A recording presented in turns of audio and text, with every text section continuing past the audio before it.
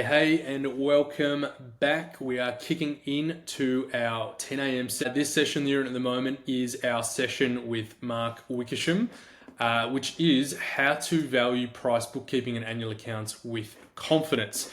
Welcome to the Growth Club. So if you haven't already, make sure you adjust your volume, make sure everything is working okay. You can jump on the chat and just let me know you can hear and see everything clearly as expected. If this is your first Growth Club session, because we only just had our first opening keynote before, welcome. I'm so glad you're here. You're going to come and learn about so many great, amazing things over the next 2 days. We've got workflow, AI, compliance, pricing, including the one we're doing right now, marketing, tech stacks, advisory, all kinds of things. You couldn't fit any more in if we tried. I did try, we weren't able to. For a little bit of housekeeping, if you're not sure, we're going to do the start of every session, but just in case you're not sure of it. So, every session is being recorded and transcribed thanks to the team at Vinyl. You'll get all access to this as soon as the sessions are available and live once we've finished these live sessions. So register for as many sessions as you want. You'll be able to catch them later. CPD points are available thanks to the team at AccrediWise. They're helping to verify all of our content so that you get the benefit of CPD points. Thirdly, your chance to win $500. Super simple. Just take a photo, screenshot, selfie, whatever you want to do, and put it on LinkedIn. Then you just need to tag the firm using the hashtag Growth Club. That's it. We're going to draw the best posts out and start giving away gift cards both today and tomorrow. Watch out for me sharing those and talking about those as the day goes on. That's our housekeeping, really simple. Huge thank you to all of our partners, including Intuit QuickBooks, who is our major partner for this online event for the next 2 days. You can see the rest of our partners that help make this event possible. I encourage you to go and check them all out. They're all doing amazing things in the accounting industry, and you're going to hear from them over the next 2 days as well. But without further ado, we're going to kick off our next session with Mark Wickersham, how to value price bookkeeping and annual accounts with confidence. Mark, thank you so much for being here. I'm going to hand over to you and let you take the reins, I should say. Everyone strap in. You're in for a good session, and I'll see you at the end of this talk. Thank you, Mark. Over to you. Hey, welcome. It's Mark Wickersham here, and I'm honoured to have been asked to present at the Growth Club Summit by Trent. And today we're going to look at value pricing. We're going to look at the foundations of how we move to value pricing and how we might apply that to compliance services like bookkeeping, like annual financial statements, how we can do it with confidence. So what are we going to cover in the session today? Well, firstly, I will talk about what is the single biggest mistake or the biggest pricing myth in our profession. I'll look at some of the big mistakes that we make, and then we'll get into a step-by-step process. We're going to look at the 3 steps to value pricing, how to move to value pricing easily.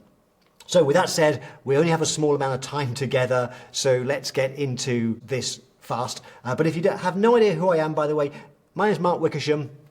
I'm a chartered accountant. I'm from the UK. I've been in the profession since 1988, so I've lost track of how many years that is. That's a long time. I qualified as a chartered accountant after 3 years. I then worked in a large multi-partner firm doing tax. In 1996, I started my own accounting firm, grew it crazy fast from 0 to 200 clients in 2 years, which might have sounded great, but by the end of 1998, my life was a mess. I was working crazy long hours and not making money. I was working harder than when I had a job and making less money. And that was because I discovered that years later that I was pricing the wrong way. I was too cheap.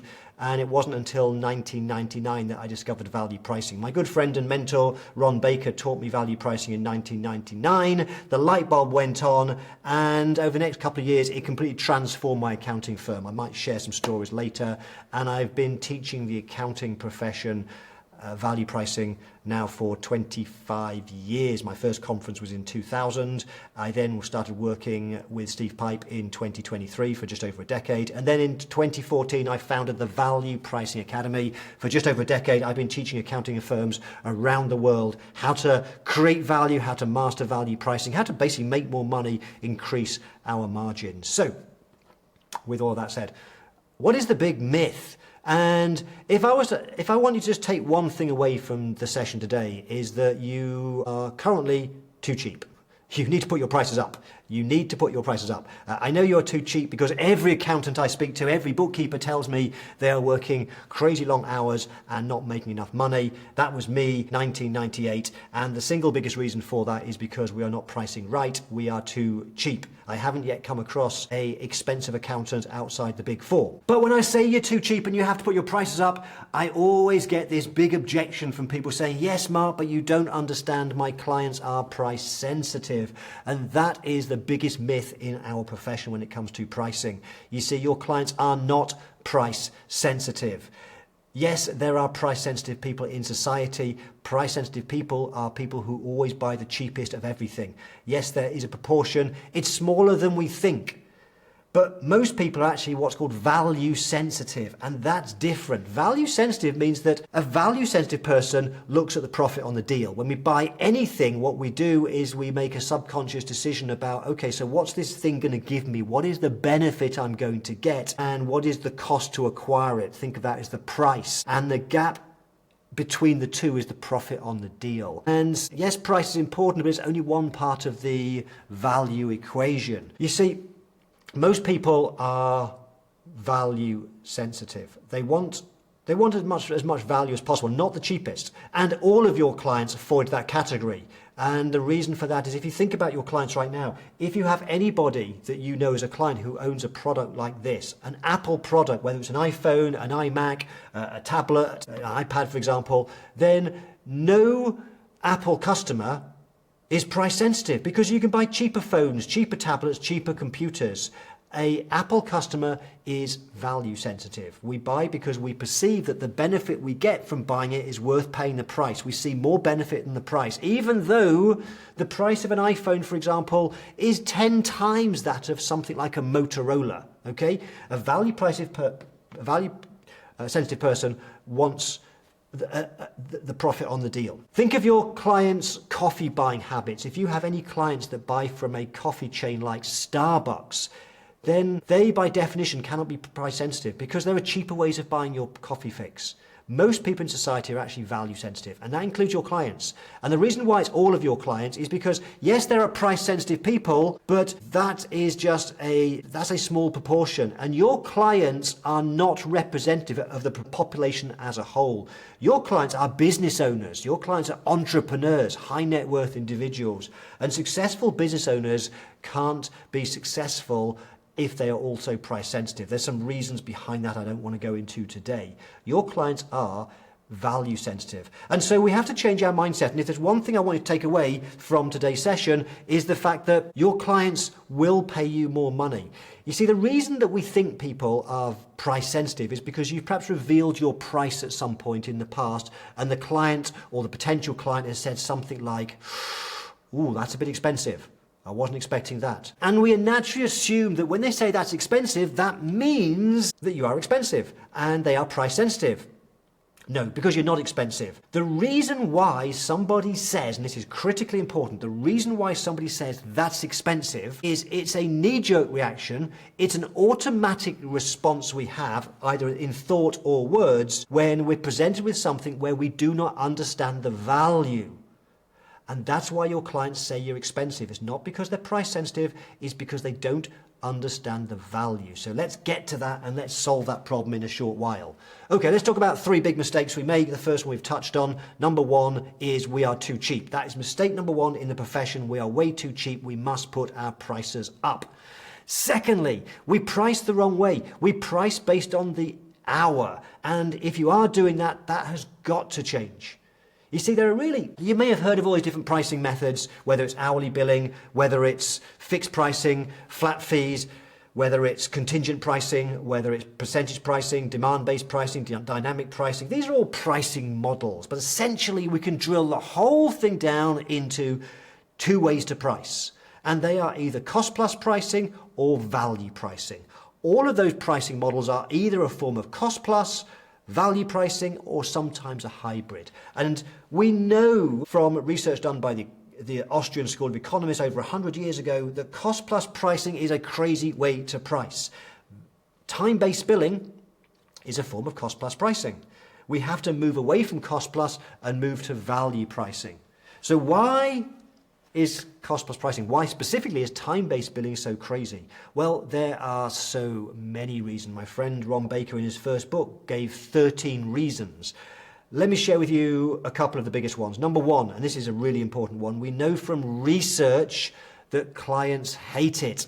And I know that's true because when I am a customer or a client of a firm of lawyers, and I say to the lawyers, hey, can you do this contract for me? And they say yes. And I say, what's the price? And they say, we don't know, we haven't done the work yet. But trust us, we are a trusty firm of lawyers. We will itemize carefully all the time we spend. And when we've finished your contract, we will send you a bill afterwards listing all the hours and the price.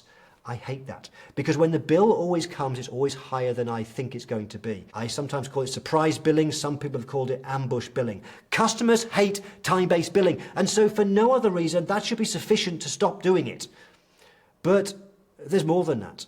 You see, another thing is that in the profession, many accounting firms I speak to have on their balance sheet debtors, as we call it in the UK, accounts receivable in the US. We are owed money at any point in time, sometimes large sums of money. And yet we're in the service industry. And in the service industry, it's normal to be paid in advance or at least before delivery. You take your car into the garage to be serviced, and when you go to pick it up and collect the keys, you pay the bill first before you drive back home again. And so we should not have on our balance sheet any debtors or accounts receivable. If you do have that, think right now, I don't know how big that number is, but if that number was in your bank account instead right now, how different would your life be? And the problem is, if we don't give a price up front, if we don't do value pricing, how can we ask for money up front? We should never do debtors or accounts receivable. And yet, we don't really have much choice if we're time-based billing. Also, and this is the third reason I'll give, one of the things I've done from 2 decades of research and benchmarking studies is that firms that move to value pricing get better results. They get better margins, better prices, make more money. So that should be all you need to know. Your clients hate time-based billing, you make less money, and it's harder to get paid up front. So let's shift to value pricing. And number 3 mistake, so we've covered you too cheap. If you're using pricing by the hour, that's got to change. We have to be value pricing. Number 3 is the pricing process itself. When you agree a price with a client or potential client, you must have that pricing conversation face-to-face. And when I say face-to-face in this digital world, I do include Zoom meetings, that's fine. What we must not do is what I did in the early years of my accounting firm. I did some crazy things.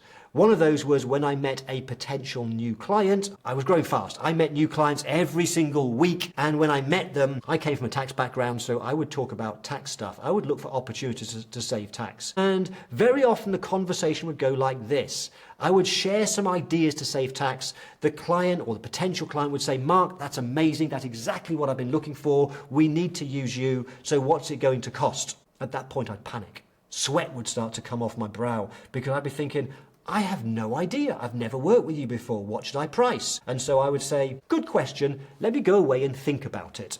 And I would go away from the meeting and I'd spend hours writing this proposal. I'd send it through the post, through the mail.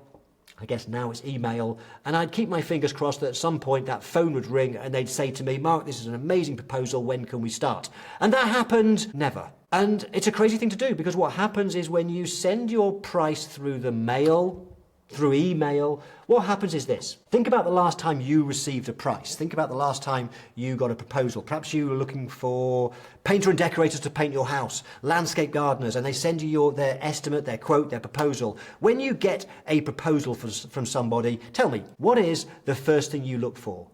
And I know the answer to that. We all do it. We go looking through as fast as we can. We're looking for that number. We're looking for the price. We don't read the rest of it. We want to see the price. The first thing we see is the price. And what happens is in our minds, in our subconscious, we come back with a feeling, an emotion. That's how pricing works. And it's usually, that's more than I'm expecting. And so we look for somebody else who's cheaper.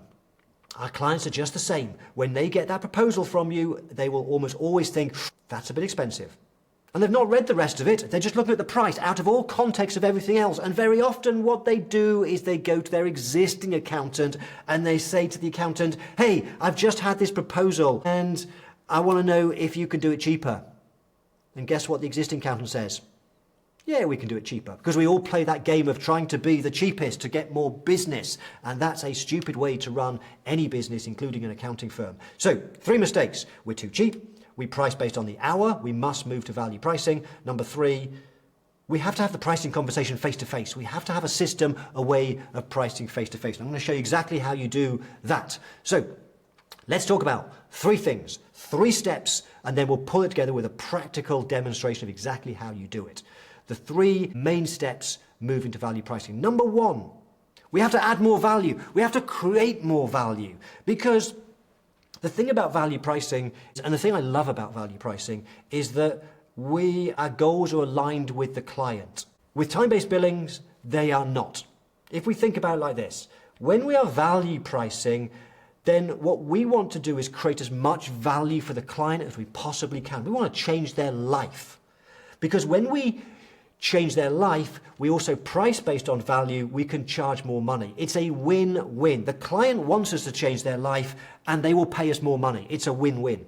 Our goals are aligned. If we are time-based billing and you want to make more money, it's really simple. It's really, really easy with time-based billing. This is what you want to do if you want to make more money. Work slower. Slow down.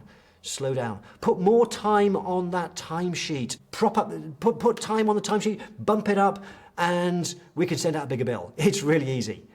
But that's not in the interest of the client. I would almost argue that time-based billing at times is verging on negligence. And I don't want to get into that particularly now, but there are reasons why I believe it is negligent practice. So we need to be aligned with the client, value pricing. And therefore that means that we have to create more value first. And I believe it's the foundations of what we should do. It's the most important thing that we should do, because we should be focused. Our number 1 focus in our firms, we're professionals, should be how can we change the lives of our clients first and foremost. Not how do we make more money. As my friend Steve Pipe once said, profits are a consequence. Profits are a consequence of doing the right things. Let's do the right things as professionals. Let's change our clients' lives and then they will pay us more money. So we start with the client. And so the starting point with any service, bookkeeping, it could be annual financial statements, any service. Think about how can you create more value. Now I'm doing a session tomorrow on how we can use AI to make this easier. So I'm not going to go into the detail right now. We'll do that tomorrow. But just to give you some quick thoughts, it could be things like, if we want to make our bookkeeping more valuable than the accountant or the bookkeeper down the road, then let's build into our bookkeeping package perhaps some summary management reporting. It's not just doing the numbers, we can create some summary management reports. Perhaps we could do some accounts receivable monitoring, or debtors monitoring if you're in the UK. Accounts receivable. In other words, one of the things that you could do is, you've got the data, why not, while you're doing the bookkeeping, every month track the trends in accounts receivable. We call it in the UK debtor days, accounts receivable days, because if you notice that in a business their accounts receivable days are going up, then that's an early warning sign that they are likely to have some cash flow issues. So let's be proactive. Let's measure things like that. And then if we spot with our clients the trends, the ratios going in the wrong direction, we can have a proactive call and say, hey, I noticed that accounts receivable has jumped this last month. I think we need to talk about it because it could have an impact later on down the line, and we can add some value. We could also do regular business reviews, meetings, advice. We could also review their tech stack. We could be proactive about let's say every year or every 6 months as part of the bookkeeping service. We also go and do research into their existing tech stack, how we can improve it to help create efficiencies in their business. We can add more value. And one of the great things about some of these things for adding more value, as well as adding more value, we start to then also identify other opportunities to help clients for which they might pay us. Upselling, cross-selling opportunities. We could do an annual review of their goals, because your clients may come to you to do bookkeeping because they want their bookkeeping done, but what they really want is you to help them build a more successful business, to have a better life. And so let's start to think a bit more broadly about what we can do to help our clients achieve what they really want to achieve.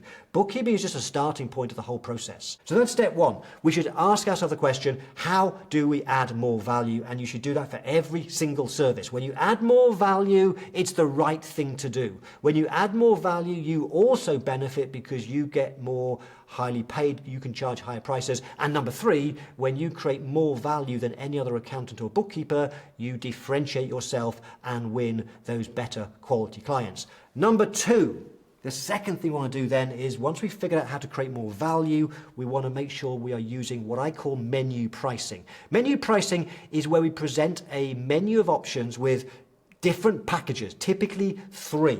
I call it menu pricing. Some people call it versioning. Sometimes it's called bundling, packaging. Sometimes it's even called the Goldilocks principle. There are different names. I call it menu pricing, but essentially it's giving different options, typically 3, bronze, silver, gold. And you want to do this for every single service. Your bookkeeping, your annual accounts, even things like tax returns. You want to give people a choice. Why? Well, there are so many reasons. One of the things is because you do not know how much somebody values something. You see, everybody values things differently. And the reason why people find value pricing difficult sometimes is because value is subjective. You can't touch it. You can't feel it. You can't measure value. It's subjective. And I think that's why as a profession we stick to our timesheets, because we feel like that's objective. We can measure the hours. We have an hourly rate. The only problem is all these are made up numbers. Okay, the number of hours is sometimes fictional. I know that from working in a large firm that people made up the hours on a timesheet. Then we multiply by an hourly rate. Where on earth has that come from? Well, it's just basically come from the fact that through tradition and the 3/3 model, most accounting firms take a number between 3 and 3.5 times annual salary costs, hourly salary costs, and that's the hourly rate. And there's no sense in that. But then where's the sense if you are the partner? How do you choose your hourly rate? It's just a number we make up. And then we have a third number that we multiply those two things by that's also made up, which is the write-offs, the write-downs, when we then have commercial judgment and decide, oh, the client can't possibly pay that, let's write something off. It's just a crazy system, but we feel like it's objective, it's measurable. Unfortunately, value pricing, value is subjective. We can't measure it. And just to make it harder, everybody values things differently. And so, how do we know what somebody values something? How do we know the value in a tax return? Well, every client is going to be a different number. Our job with our value pricing is to figure out what that number is. And at a basic level, at a starting point, that is where menu pricing comes in. If you have a single fixed price for any service, let's say $1,000 for a tax return, I can promise you, I can guarantee $1,000 for your tax return is the wrong price. It's the wrong price, guaranteed every single time. Why? Because the probability that when you meet with a client, the number in their head, in their subconscious that they're willing to pay, the maximum willingness to pay, the probability that's exactly $1,000 is almost impossible. You will never get the price absolutely based on what they value up here. The number you give will either be higher or lower than their maximum willingness to pay. And so if the client comes in and they are thinking a tax return's got to be worth $500, you go through your pricing process, you tell them it's $1,000, they're going to say, oh, that's too expensive, and go somewhere else, you lose out. But what if they come in and as you build up the value, because you've got better at doing that, they're thinking, wow, this is going to save me so much hassle, stress, it's going to make my life easier, got to be worth $1,500.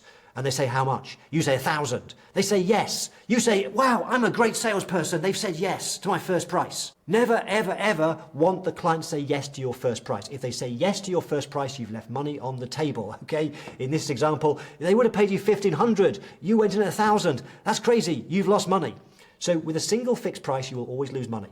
And that's why, if nothing else, you at least give 3 choices, because you don't know. Take that tax return. You could have a $500 version, a $1,000 version, and a $1,500 version. Some clients will choose the 500, some the 1,000, some the 1,500. If you have a single price, if you don't have a more expensive option, the clients that value more don't have the choice to pay you more money. So this is what I call menu pricing. I've been teaching it for 25 years now. I first applied it in my accounting firm in 1999 when I first discovered value pricing. I applied it to a particular service of incorporations, and what I found over the next 2 years, I got almost 4 times the price by doing it. You've probably seen it now because all successful businesses do it. Apple are masters at value pricing. You go online to buy an iMac computer, guess what? They give you 3 different packages, 3 choices. In our industry, close to home, we see it in all the SaaS companies do it. If you take Intuit's QuickBooks, for example, there are different packages. Why? Because it works. And there's a real science and an art to it. You need to be giving 3 different choices. Okay, that's the second of our steps to moving to value pricing. So number one, let's create more value.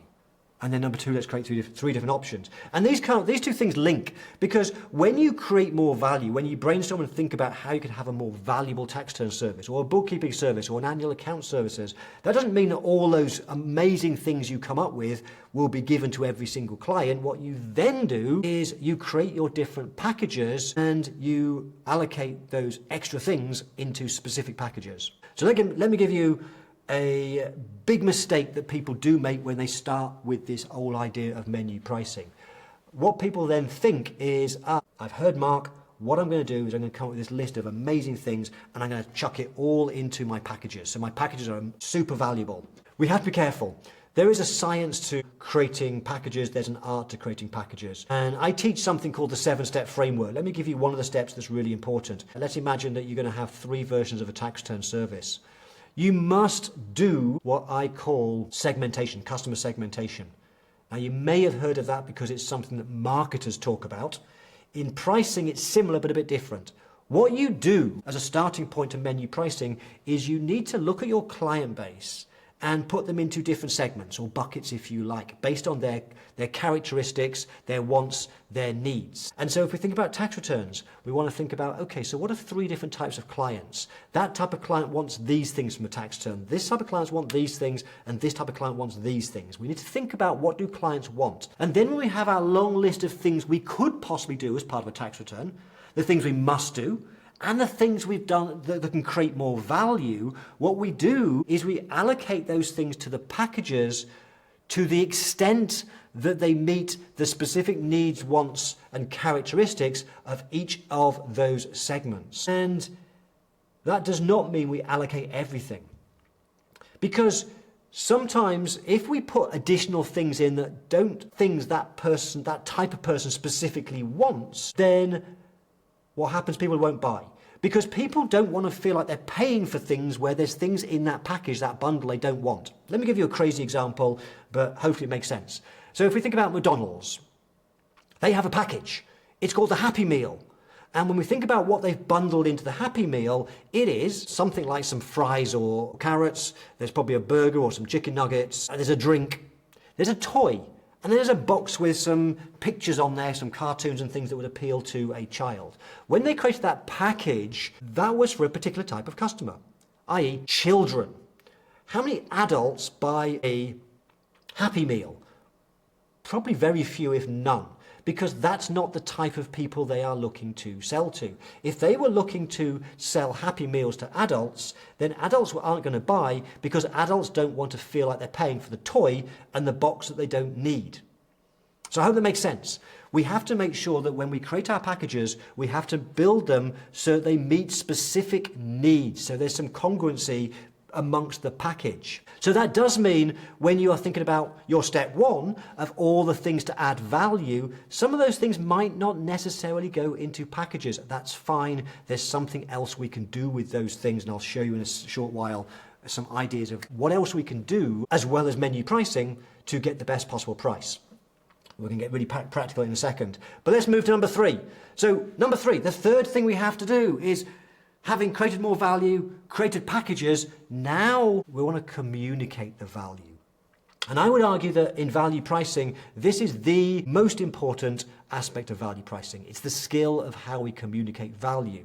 Because as I said at the outset, the reason why your clients say to you that's expensive is because they don't understand the value. And that's our fault as a profession because we've not learned the communication skills. And that means we have to learn from marketers. We have to understand the laws of influence. We have to learn price psychology. We have to understand behavioral economics. All subjects that fascinate me. The better we are at communicating value, the more the clients will say yes. And one of the ways we can do that is to develop scripts, the words that we use to build up value. So one of the things I've done for years in the Value Pricing Academy is build pricing brochures for accounting firms. Here's one as an example. So this is for bookkeeping. And the way that I create these is there is a order that we need to go through when we build up the value, when we communicate the value. We want to, for example, start off with pain, because most people are more motivated by the avoidance of pain than by the attainment of gain. Marketers know this. They know from testing that in subject lines, pain avoidance headlines often convert much, much better than gain attainment headlines. So people want to avoid pain. So when we are communicating the value of something, let's say bookkeeping, we want to make sure that we have a script. We have the right words to really build up the pain of bookkeeping. Because the more that we build up the pain, the more the client's thinking, wow, this is a bigger problem than I expect. I really need this service. And they're thinking as well, it may well cost a bit more than I was originally thinking. And they're now revising in their mind, in their subconscious, their maximum willingness to pay. The better we are at communicating value, the more in their mind they are subconsciously increasing that maximum willingness to pay. The more they will want to buy, and the more they're happy to pay a higher price. So we have to understand how we do that, the skills of communicating value. The order which we do it, start with pain, for example, and then using techniques like quantification, extrapolation, like turning features into benefits. Words are so important. Words are everything. If you are not getting the right results in your firm, whether it's marketing, sales, pricing, it's probably words. It's the language. Communication skills is, without any doubt whatsoever, the number one soft skill that we all need to master. Without communication, we can't build a business. Communication is everywhere, and that's certainly the case in pricing, in value pricing. Okay, so let's now get really practical. Let's pull all those things together, and I'm going to show you how we can do that. Because the problem is, I said to you, we have to have a conversation face to face. And the problem is in our profession is, unlike Starbucks, we're not selling cups of coffee. With cups of coffee, that's easy. We know how much it costs to get a cup of coffee. We can add something on and we can come up with a price. But the trouble is, how do we give a price up front to people in our profession when everybody's different? Everybody is different. So let's talk about how you do that. And I'm going to show you a system, a process that has helped people get much, much higher prices. Let me just start with this quick story. This is a lady called Kim Lafayette. She's a bookkeeper in Canada. She's a lovely lady. And when I started working with her a few years ago, and when she started using what I'm about to share with you, she sent this message to me. She said, I would have quoted this person $4,200 a year for the services I provide them, but they chose my premium package, and their annual price was over $18,000. So that was huge, which it was. That's a huge increase on price because you had a system for doing it. The second time I used value pricing, my increase was almost 200%. And the third time, the increased price that I was quoted was over $22,000. And that's not even the biggest part of the quote. The biggest part was that it was an increase of over $30,000 of what their previous bookkeeper was charging them. So what she's saying there is she got a price that was $22,000 more than she would have charged, and that price was even more, $30,000 more than the existing bookkeeper. And that's because, as I said, the right clients are willing to pay you more money if they know they're getting more money. If we are better at communicating the value, if we create more value for clients, they want to pay, the right clients want to pay you more because they want you to change their life. They might have an existing bookkeeper or an accountant cheaper than you. The reason they're talking to you right now is because there's something about that arrangement they're not happy with. And if you can make them happy by creating value, they will pay you more money. In Kim's case, $30,000 a year more than the existing bookkeeper. So how did she do that? How did she get those results? Well, she used a piece of software called Effective Pricing. It's a software tool that hundreds of accounting firms have used to get much, much better prices. It systemizes the pricing process. So I'm going to just take annual financial statements as an example. We can use it to price any service. And I'm just going to pick a random client and let's go on to the next page. And so what we do is we sit down with the client and we have a value conversation. We build up the value. Perhaps we use a brochure, a script to build up the value. At the moment the client says, yes, I want to buy, what's the price? Then rather than saying, let me go away and think about it, we have the conversation with the client. And what we do is we start by asking some questions. And there's two types of questions to ask. One is scope questions, because as I said, we're not selling cups of coffee where the scope is the same for every cup of coffee. We're selling complex services. And so we need to ask questions to uncover the scope. For example, If it's annual financial statements, how big is the company? What's their annual revenue? So let's say I'm talking to somebody whose annual revenue is, let's say, $750,000. It's going to be a higher price than somebody who's got a small business doing 100,000. We also might want to flex the price based on the industry. Perhaps they're in the construction industry and we know from experience there's a bit more work involved, there's some complications, and so the price needs to be higher. Also the entity, perhaps they are a corporation with two business owners. And so we can ask a number of questions to understand the scope of the work so that when we give a price, we know that we will make a profit on the deal. Similar, we might ask about the quality of the books and records. We might ask them what accounting system they're using. Perhaps they're currently using a desktop system, let's say. And so we ask these questions, and then we can ask some questions about preferences. Now, these are even more powerful. Remember I said to you, giving three choices is the starting point of identifying what people value. We can go another level by giving people choices. Like, for example, we could say, when you have the year-end meeting with to go through your financial statements, would you like it to be with me, the senior partner, or would you like it to be with Fred, my manager? Well, they're all going to choose you. You know that when you meet a potential client, they want to deal with you. And that's their way of saying they value you. Great, if they value you, there's a higher price. So let me say they want to work with you, and we can give them some other options. Let me just move on. And then finally, we can go through and remind them what's in the three packages, and we ask them which package is right for them. Let's say they want the advanced package, the advanced accounting, because they love all this stuff. It's just what they've been looking for from an accounting firm. It's the advanced accounting. So once they've said yes, once they've picked a package, then we reveal the price. And in this case, it's in euros in this case, it's 12 payments of 1,176. Now, at this stage, when you reveal the price, there is only two things that can happen. Either they say, hey, that sounds good, yeah, when do we start? Or they say, that's more than I'm expecting. And that's good, because we want the first price to be high. And so if that's expensive, obviously there's cheaper packages, but what you can then do is explain why and go back and change something. You work with the client. This is why you have a face-to-face meeting. You start high and then you work with them. So you might, for example, perhaps in the conversation you've been talking about a different accounting system, a cloud accounting system. Perhaps you're talking about the benefits of them moving to Xero or QBO. And so you could say, well, one of the reasons it's that monthly price, 1,176, is because, as you said, you are currently using a desktop accounting system. And I just clicked the wrong button there. Let me go back. There we go. Would you like to know what the price would be if we help you move to QBO? And they'll say yes to that question because they want to know. So, and you could then charge a separate fee for moving them to QuickBooks. So let's now look at what the price would be if they move to QuickBooks. And now it's $855. And here's the really important thing.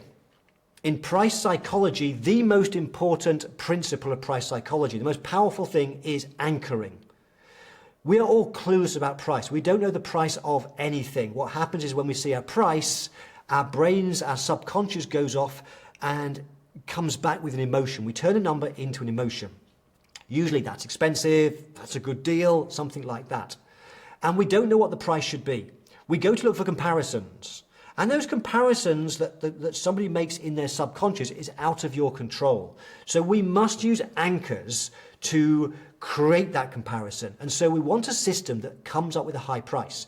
Remember, the first price was, if I remember right, 1,176. That price has put an anchor in their mind, which means that whatever price you come up with second is going to be a lower price. They will now judge 855 against the 1176 and say, oh, that's a better price. They want to buy, remember, they want to buy. Now they're saying, oh, that's a better price because they're relating that to the first price. If we started with 855 a month, they might have said that's expensive. But now their brain is thinking about the price compared to the 1176, and they are much more likely to say yes to that price than they would have done if that was your first price. So I hope this makes sense. We start high and then we work with them to change the package. Now, if 855 is still too expensive, that's fine, because there's other things that we can do. We could say, well, another reason it's 855 is because you want to have the year-end meeting with me. Now, you're in the construction industry. Can I introduce you to Fred? Fred's our senior manager, and he specializes in the construction industry. He loves working with clients just like you. Let me bring him in. You introduce him to Fred and then you say to the client, if you deal with Fred, you get a lower price. Would you like to see what that is? Yes, of course they want to see that. And so they go back and now it's 641. In other words, so these preference questions are really important because that means the client's in control. People love to be in control. They get to choose. And based on their perception of value. So in their mind, they're now thinking, okay, I can either pay 800 and something a month and deal directly with you, or I can pay 641 and deal with Fred. And they will choose whatever's right for them. It's a bit like the budget airlines offer speedy boarding. In Europe, it's EasyJet. They will offer speedy boarding. It's a great preference question. It doesn't cost them anything to let people on the plane first. Some people will choose to pay extra because they want to be first on the plane. Some won't. This is why choices are so important. Everybody values things differently. So we give people menu pricing 3 options, but we can go another level deeper. Remember I said to you earlier, when you come up with all the ways to add value, you don't need to put them all in those packages because some of those things could be preference questions. Another thing we can do is we can also have the upsell. And so we build that into the software as well. I won't explain every feature of it because we're almost out of time right now, but you can keep this process until they say yes. If they're still too expensive, there's some other things that we can do. I call them behavior rewards. But once they're finally happy and they select the select button, they pick it, what it then does, that's not the end of the process because you can then offer them upsells, other things as well. And they are so powerful because at that point in time, they've made the decision to buy. When people are in buying mode, they are more likely to buy extra stuff. And so you absolutely must always have an upsell process. We build it into effective pricing.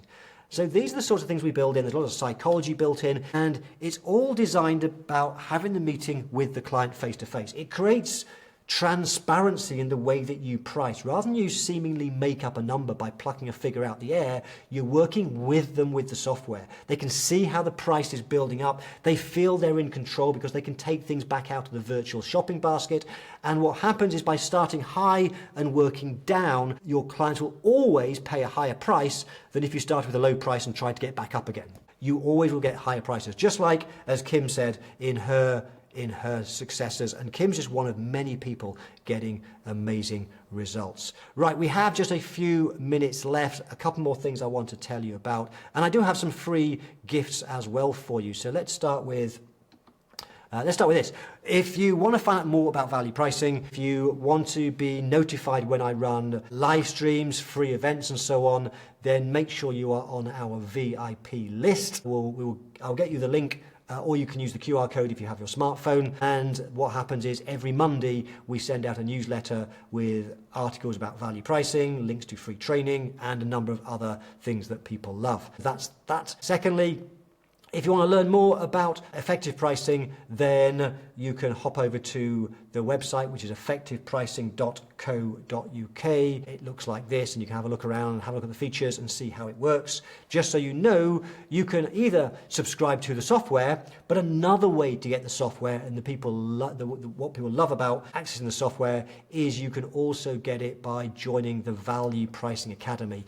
So you can either subscribe to the software alone or join the Value Pricing Academy, and we bundle that in because in the Value Pricing Academy, we want to help people be more successful in their practice to master value pricing, and this is a tool to enable you, but we teach you so much more around value pricing. If you want to find out more, go across the website. You can learn about Value Pricing Academy, you can learn about effective pricing, but also you will see at our website, which is valuepricingacademy.com, you will see there's a menu item called free resources, and if you click on there, if you're an accountant, go to for accountants, you'll see a whole bunch of free resources. If you're a bookkeeper, go there, you'll see a whole bunch of free resources. If you're not sure if you're an accountant or a bookkeeper, go both, just grab everything for free. I always recommend the best place to start is get all my free stuff, use that first, and then when you're ready, look to join the Value Pricing Academy. And finally, if you're ready to learn more, then tomorrow on the summit,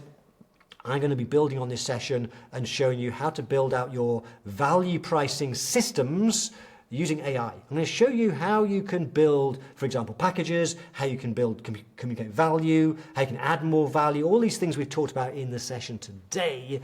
I'm going to teach you in tomorrow's session how you can do that with AI using ChatGPT. And I have some other things, other links and things to share with you as well in tomorrow's session. So hopefully I will see you there. If you have questions for me, then I recommend you connect with me on LinkedIn. And then once we're connected on LinkedIn, you can message me through there. Okay, thank you so much for listening to me. I really appreciate that. Hope to see you soon and enjoy the rest of this amazing summit. Bye for now. Thank you, Mark. That was awesome. So much to take in. I loved it. So good. Hey, I hope you're hanging in there. We've just run through 2 sessions. We've just finished our 10 a.m. session and we're about to step into our AM session here at the Growth Club. All the resources Mark just talked about should be available for you in the chat. If you can't access them for whatever reason, just send through an email or jump through a chat and we'll make sure you get all of those resources, but I hope you've enjoyed it. Our next session at 11 a.m. is Team and Culture, Building a Strong Firm Through Growth and Growing Pains. That is with Rebecca Mahalik, Jason Robinson, which is going to be awesome. And then we have the wonderful Cassandra Scott at 11 a.m. doing Smarter Firms, Stronger Teams, AI-powered intelligence for bookkeeping and accounting. Both 2 awesome sessions that I know you're going to love.